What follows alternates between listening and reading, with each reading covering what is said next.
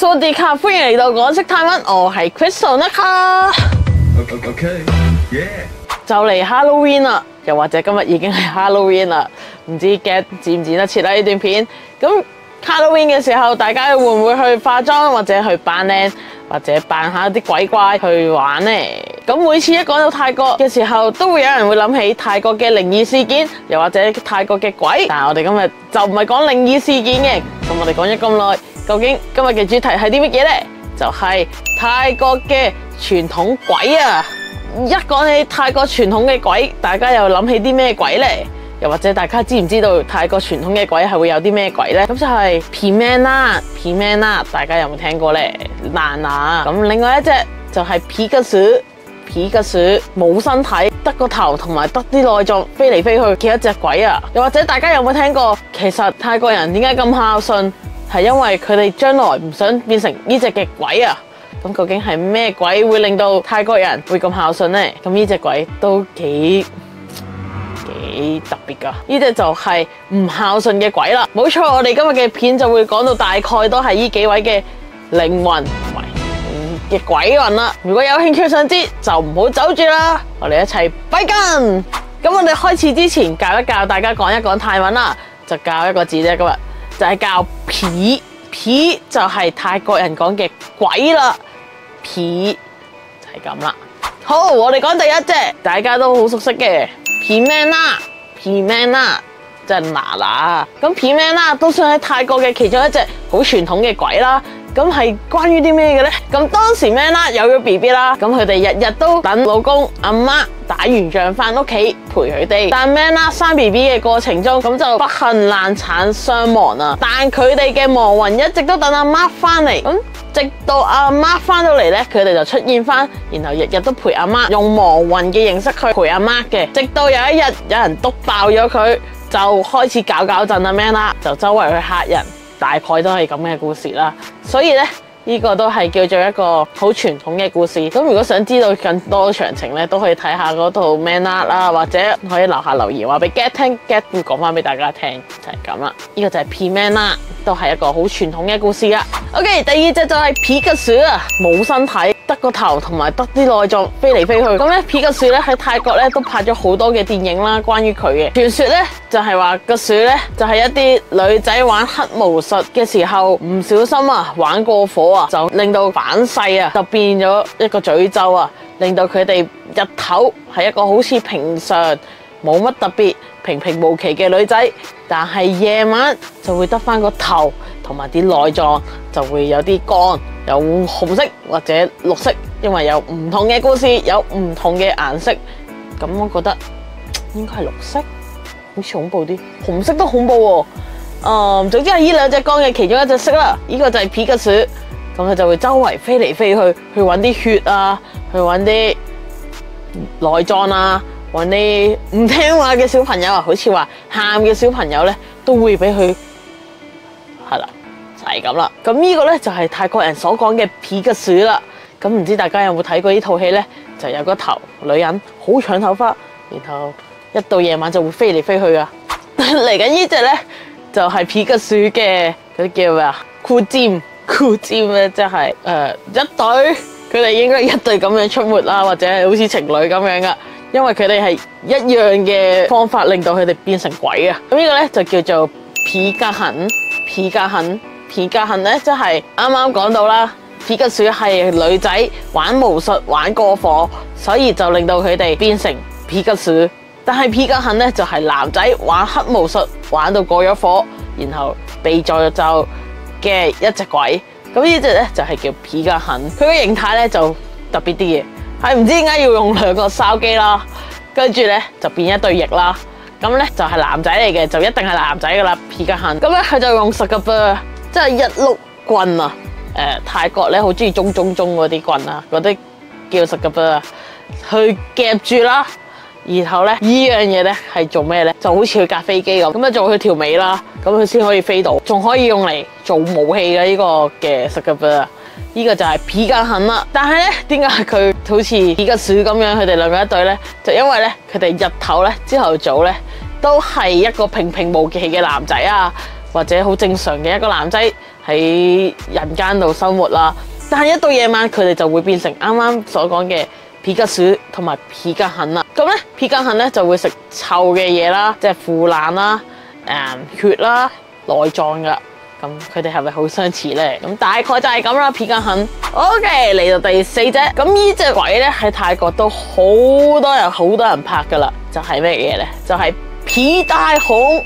皮帶孔咧，咁其實呢款鬼咧就喺好多泰國人眼中係最惡嘅鬼啊，因為皮帶孔咧係佢哋突然之間死咗啊，被他殺啊，總之係意外啊，令到佢哋離開人世咧，嗰啲就係叫皮帶孔啦。所以佢哋就專門報仇或者陰魂不殺，就係咁樣啦。所以就覺得佢哋好惡，同埋佢哋就會係咁殺人，就係咁。其實皮帶孔最出名嘅戲都有一套叫做《鬼影》啊，即係講影相嗰會見到嗰隻鬼嗰套啊，都係皮帶孔其中一套戲啊。有唔同嘅劇集都有講到呢隻嘅皮帶孔，係啦。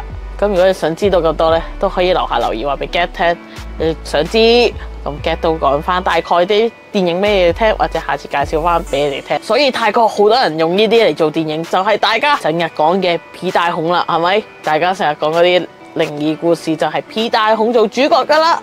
我哋咁快就嚟到第五隻啦。第五隻係啲乜嘢呢？就係我哋啱啱講到嘅泰國人點解咁孝順啊？咁點解泰國人咁孝順呢？其實都有其中一個原因，係因為呢個嘅傳統嘅故事，就令到泰國人深信死咗之後，如果唔孝順，就一定會變成呢隻鬼，就係皮貝，或者我哋叫嘅貝，就係呢隻啦。咁呢隻都係佢咩成日講嘅鬼啦。同 Get 講啦，細個就已經開始講啦。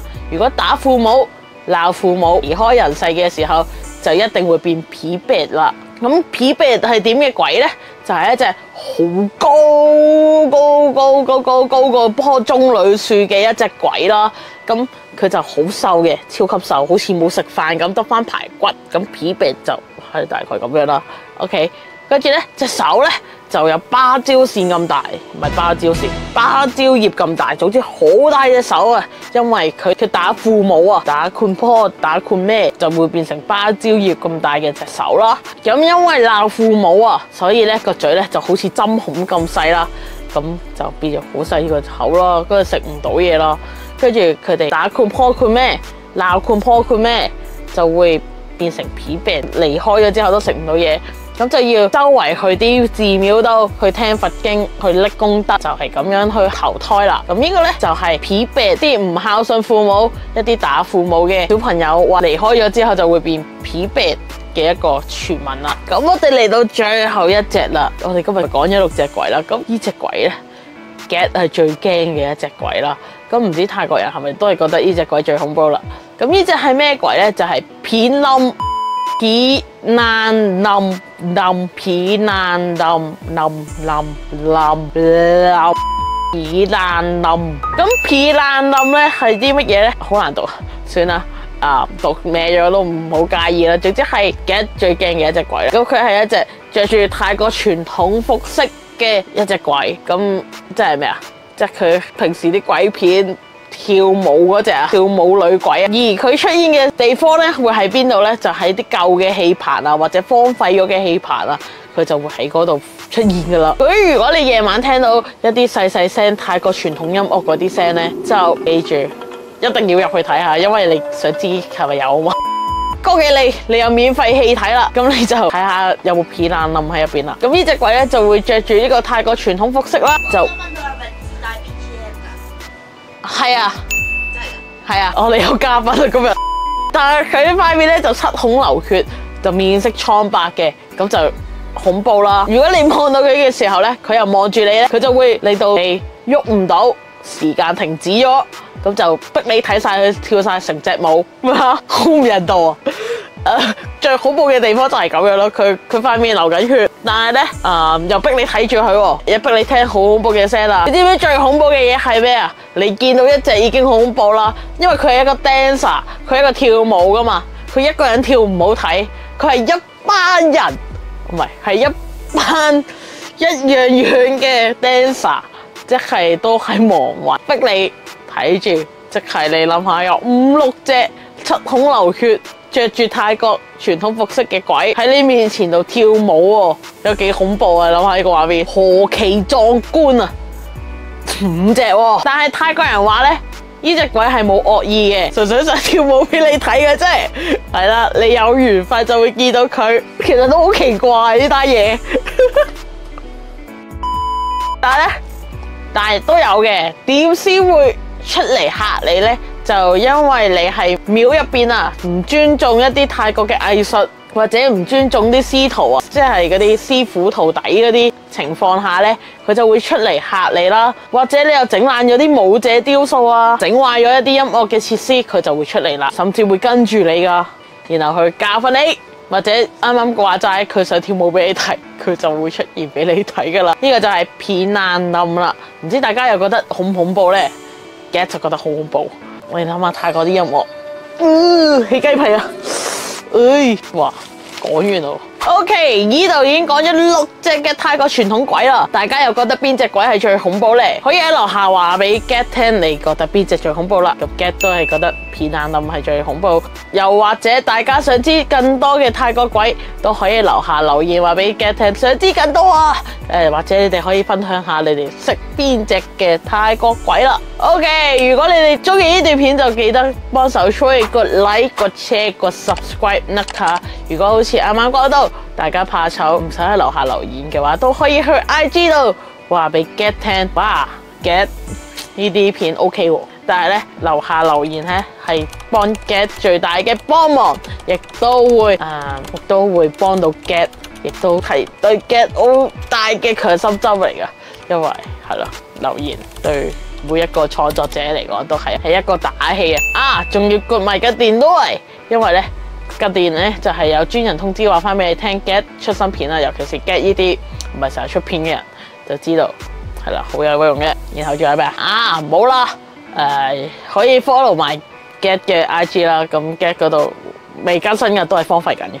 咁我喺嗰度傾偈，俾大家傾下偈啫。俾個地方渠道揾到 Get 嘅地方就係嗰度啦，嗰度就會揾到 Get 或者樓下留言區都揾到。咁我哋咁樣就嚟到呢度啦。各位 Happy Halloween นะคะ，สวัสดีค่ะ，拜拜。